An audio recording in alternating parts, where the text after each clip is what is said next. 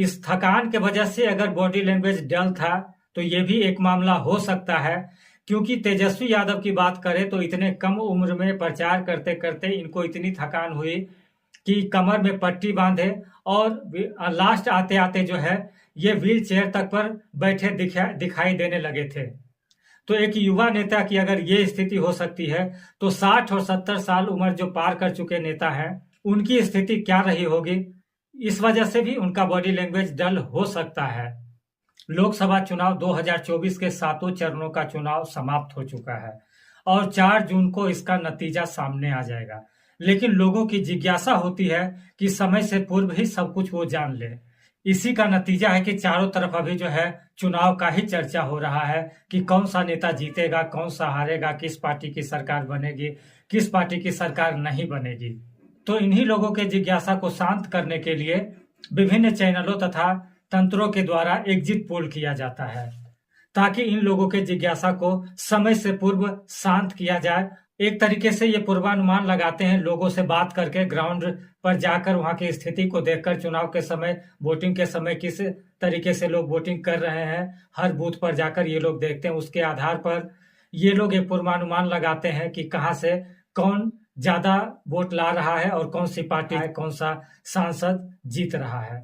हालांकि कभी कभी ये जो एग्जिट पोल होता है बिल्कुल उल्टा साबित भी हो जाता है, लेकिन विगत कुछ वर्षों की बात करें तो एग्जिट पोल काफी नजदीक रिजल्ट दे रहा है, जो कि फाइनल रिजल्ट होता है उसके काफी समीप रह रहा है। इसका कारण है कि बहुत ज्यादा साधन का उपयोग ये लोग कर रहे हैं, काफी खर्च करके एग्जिट पोल का नतीजा ये लोग देते हैं। तो इस बार के एग्जिट पोल के नतीजों की बात करें तो अलग अलग चैनल पर जो दिखाया जा रहा है, अलग अलग तंत्रों के द्वारा जो ये एग्जिट पोल किया गया है, उसके हिसाब से बात करें तो बीजेपी फिर से भारी बहुमत के साथ तीसरी बार सरकार बनाने जा रही है।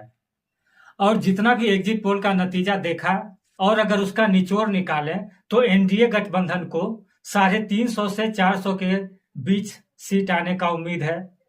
इंडी गठबंधन की बात करें तो 100 से लेकर 140 तक सीट आने का अनुमान है और अदर की बात करें तो 40 से लेकर 50 सीट इनके खाते में जा सकता है।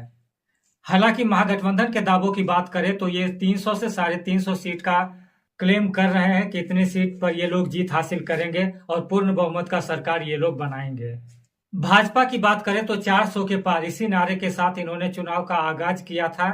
हालांकि चुनाव खत्म होते होते 7वें चरण तक पहुंचते पहुंचते जो नेताओं का बॉडी लैंग्वेज था उससे ये लग रहा था कि बीजेपी शायद हताश है, यहाँ के नेता निराश हो चुके हैं और शायद उनको लग रहा है कि सीटें उनके सोच के मुताबिक कम आएंगी और शायद इसी वजह से महागठबंधन 300 से 350 सीटों का क्लेम कर रही है। हालांकि फाइनल रिजल्ट क्या होगा ये तो 4 तारीख को दोपहर 1 बजते बजते साफ हो जाएगा, सारी तस्वीर साफ हो जाएगी। और सभी एग्जिट पोल की बात करें तो अगर इनका 80% भी दावा सही होता है तो बीजेपी भारी बहुमत से इस बार सरकार बनाएगी। और जो पिछले वीडियो में मैंने महिला वोटरों के बारे में चर्चा किया था, अगर वो सही साबित होता है तो बीजेपी सही में 400 पार जा सकती है, क्योंकि महिला वोटर आजकल काफी निर्णायक साबित होती है। बॉडी लैंग्वेज की बात करें तो अगर हताशा और निराशा के वजह से बीजेपी नेताओं का ऐसा बॉडी लैंग्वेज था तो महागठबंधन का दावा सही है कि वो लोग 300 350 के करीब सीट ले आएंगे। लेकिन बात करें तो 7 चरणों में चुनाव था, काफी परेशानी वाला मामला था चुनाव का प्रचार करना। थकान भी नेताओं को काफी हो रही थी, क्योंकि लंबा लंबा रैली था, एक दिन में ज्यादा से ज्यादा रैली करने का होड़ इन लोगों के बीच में लगा हुआ था। तो इस थकान के वजह से अगर बॉडी लैंग्वेज डल था तो ये भी एक मामला हो सकता है, क्योंकि तेजस्वी यादव की बात करें तो इतने कम उम्र में प्रचार करते करते इनको इतनी थकान हुई कि कमर में पट्टी बांधे और लास्ट आते आते जो है ये व्हील चेयर तक पर बैठे दिखाई देने लगे थे। तो एक युवा नेता की अगर ये स्थिति हो सकती है तो 60 और 70 साल उम्र जो पार कर चुके नेता हैं उनकी स्थिति क्या रही होगी। इस वजह से भी उनका बॉडी लैंग्वेज डल हो सकता है। तो अगर ऐसा है तो एग्जिट पोल का दावा सही होगा, और अगर ऐसा नहीं है तो एग्जिट पोल का दावा गलत होगा और महागठबंधन के तरफ से जो क्लेम किया जा रहा है वो सही होगा और महागठबंधन इस बार सरकार बना पाएगी। तो आप लोग इस एग्जिट पोल से कितना सहमत है, ये आपको कितना सही लग रहा है, इसको कमेंट में जरूर लिखेंगे। और आपके क्षेत्र से क्या लग रहा है कि कौन से उम्मीदवार जीत रहे हैं, उनका नाम आप जरूर लिखेंगे, पार्टी का नाम आप जरूर लिखेंगे।